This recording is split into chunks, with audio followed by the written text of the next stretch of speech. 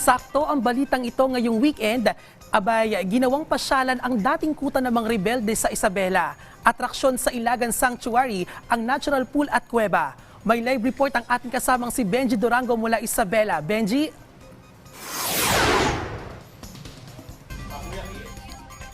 Good morning, Bien. Saan ba abot ang 150 mo?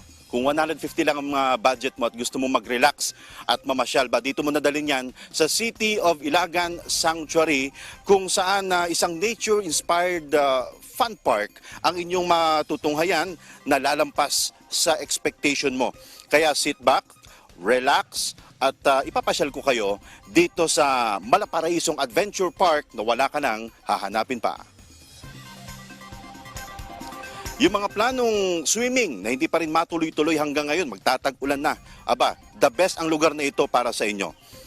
Natural ang tubig na galing sa bundok at walang halong chlorine. Malamig ang tubig na talaga namang mag-e-enjoy ang buong pamilya at ang buong barkada. Pero syempre, wait ha, pasakalye pa lang yan dahil napakarami pang activities na pwedeng gawin dito tulad na lamang ng boat ride, zipline, cable car, hanging bridge, train ride, at ang pinakasikat, syempre yung caving, natural caves ito. Yes, may cave dito na pwede ninyong pasyalan. City of Ilagan ang nagpapatakbo nitong sanctuary. LGU na rin ang nag-develop nito mula sa dating Malagubat. Ngayon, isa ng world-class na pasyalan. At alam nyo ba na dati itong kuta ng NPA na ngayon ay napapakinabangan na ng mga Ilagenyo. At bukod nga sa nabanggit ko sa inyo na mga pasyalan, attraction, activities dito sa loob ng sanctuary, meron din silang zoo. At itong nakikita nyo ngayon sa aking likuran, hi! Ito yung napakalaki, napakahaba na reticulated python. 20 years old na yung napakalaking sawa na yan, halos sa gabinti yung laki ng kanyang katawan. No? At yan daw ay nahuli sa wild ng mga Ilagenyo, ng mga residente at dinonate dito sa sanctuary, sa Adventure Park, Animal Kingdom, para dito daw maalagaan. Bukod dyan sa nakikita ninyo sawa, marami pa rin dito mga caves, marami pa rin mga hayop dito sa may bandang kaliwa ko. Ito yung meron diyang tortoise. At dito naman merong peacock, yung bandaron sa may kanan. Yan, peacock naman na nakakulong dyan.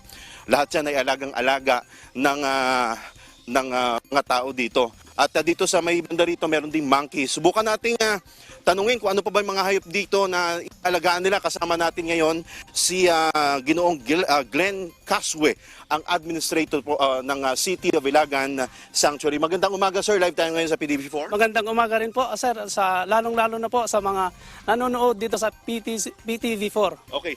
Gusto ko lang malaman at gusto rin malaman ng studio, ano-ano bang mga hayop ang pwede na natin makita dito sa Animal Kingdom? Meron po tayong big python kung saan nakita nyo po. Nakita ko ngayon.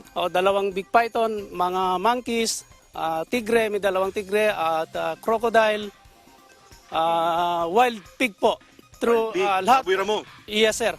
Yan po, lahat ay kinupkup ni Mayor na inalagaan dito sa Ilagan Sanctuary at ginawan po ng magandang bahay para ganun ay mas ma-healthy sila. Healthy sila.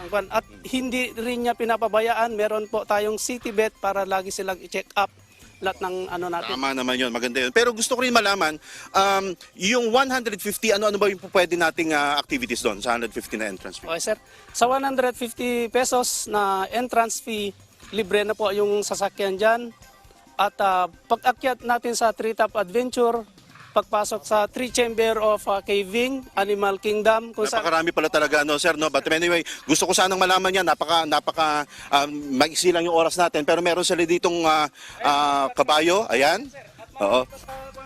Anong pangalan nito? Pwedeng sakyan to? Pwedeng sakyan? O sige, sasakay ako. Ha? Alright. Yeah. Okay, ito na. Yun, ayan. Ayos. Alright. Bien. Balik muna sa studio kasi mag-iikot pa ako. Alright, maraming salamat, Benji Durango.